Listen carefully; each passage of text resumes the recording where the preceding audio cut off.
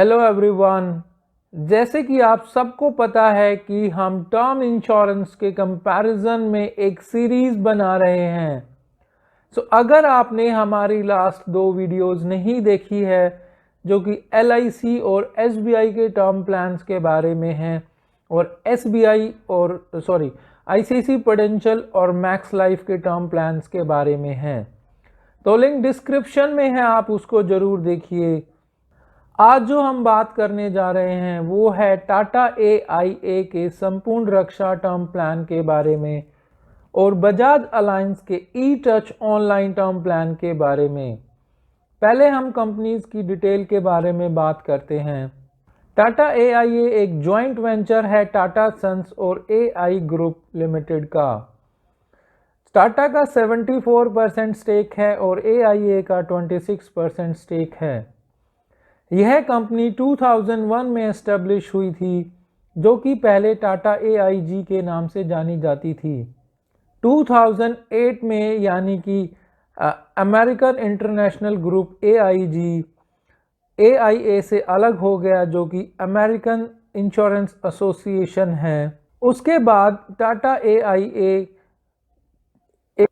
का joint venture हो गया और यह कंपनी टाटा AIA के नाम से जानी जाती है।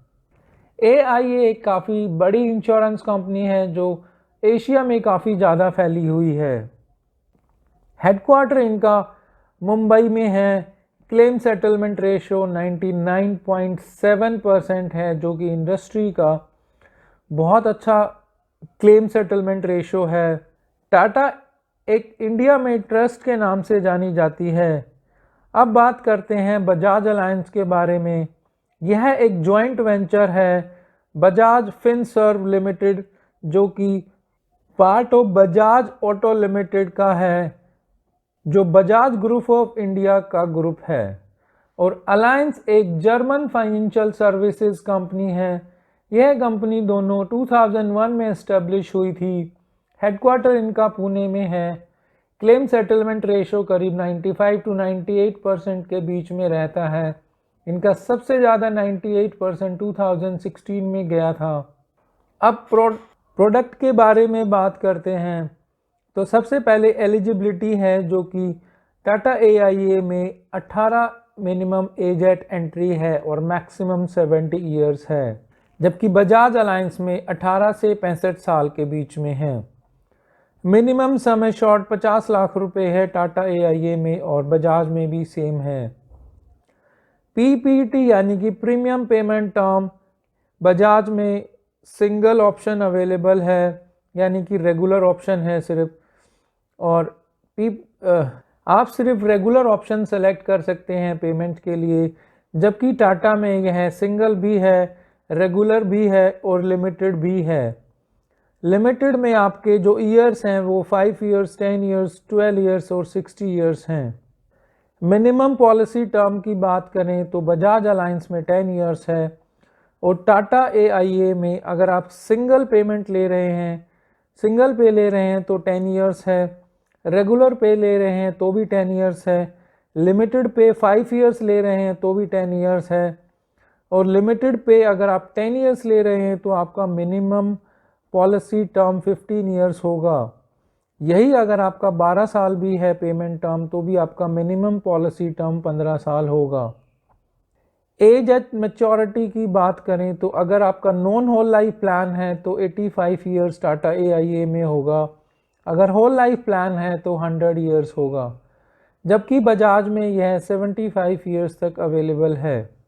लाइफ स्टेज ऑप्शन की बात करें, जिसका मतलब है कि जैसे आपकी लाइफ में रिस्पॉन्सिबिलिटी इंक्रीज होती है, लाइक कोई बेबी बॉर्न हुआ या आपने मैरिज की है, तो उस सिचुएशन में आप अपना सम एश्योर्ड बढ़ा सकते हैं, जो कि मिनिमम 10% से 50% तक कुछ भी हो सकता है। टाटा AIA में मैक्सिमम कवरेज जो हो सकता है वो 50 लाख रुपए हो सकता है विदाउट एनी मेडिकल चेकअप, और यह ऑप्शन आप 50 साल की एज से पहले सेलेक्ट कर सकते हैं और आपको विद इन 1 ईयर कंपनी को इन्फॉर्म करना होगा, और जो रिक्वायर्ड डॉक्यूमेंट होंगे लाइक आपका बर्थ सर्टिफिकेट और मैरिज सर्टिफिकेट, रिक्वायर्ड होगा। नेक्स्ट जो फीचर है वो है आपका टर्मिनल इलनेस, जो कि टाटा AIA के टर्म प्लान में इनबिल्ट है।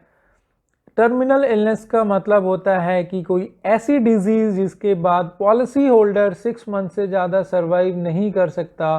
सो उस सिचुएशन में टाटा AIA के प्लान में 50% सम एश्योर्ड का मिल जाएगा, और इसमें कंडीशन ये है कि कम से कम 2 साल का प्रीमियम पेमेंट होना चाहिए। बजाज अलायंस के टर्म प्लान में यह ऑप्शन अवेलेबल नहीं है। अब बात करते हैं डेथ बेनिफिट के बारे में। दोनों ही कंपनीज में 4 ऑप्शंस अवेलेबल हैं। पहले टाटा की बात करते हैं।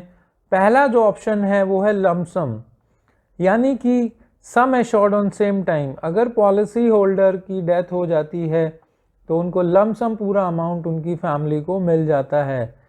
जबकि बजाज अलायंस में पहला जो ऑप्शन है वो शील्ड के नाम से जाना जाता है।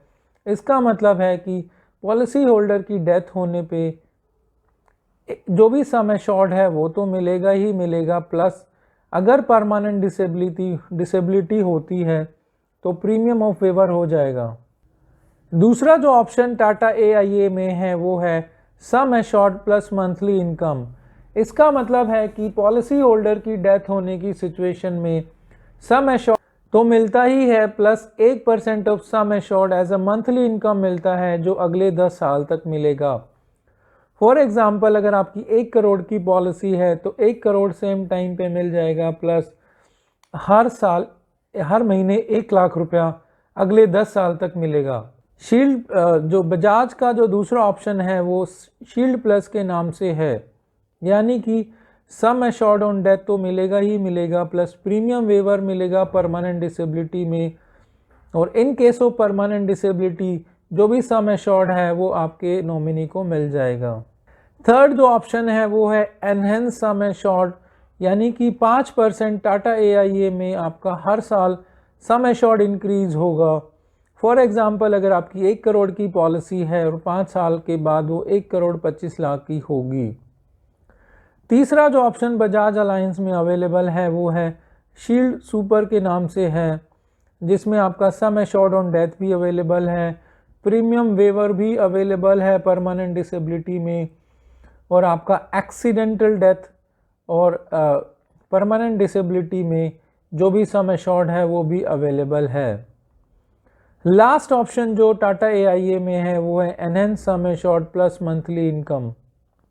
फॉर एग्जाम्पल, अगर पॉलिसी होल्डर की 1 करोड़ की पॉलिसी होती है और उसकी 5 साल के बाद डेथ होती है तो नॉमिनी को 1 करोड़ 25 लाख रुपए प्लस हर महीने 1 लाख रुपए जो अगले 10 साल तक मिलेगा।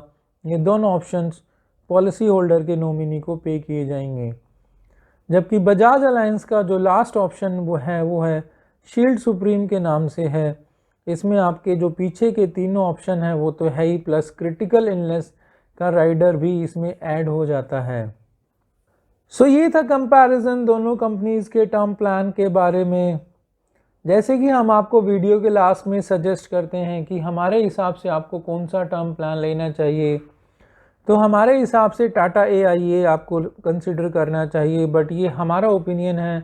आप अपनी स्टडी खुद कीजिए और अपना प्लान खुद डिसाइड कीजिए। सो ये थी सारी इन्फॉर्मेशन दोनों टर्म प्लान्स के बारे में। ऐसी यूज़फुल इन्फॉर्मेशन हम लोग लाते रहते हैं। सो प्लीज़ हमारे चैनल को लाइक कीजिए, सब्सक्राइब कीजिए। Thank you for watching.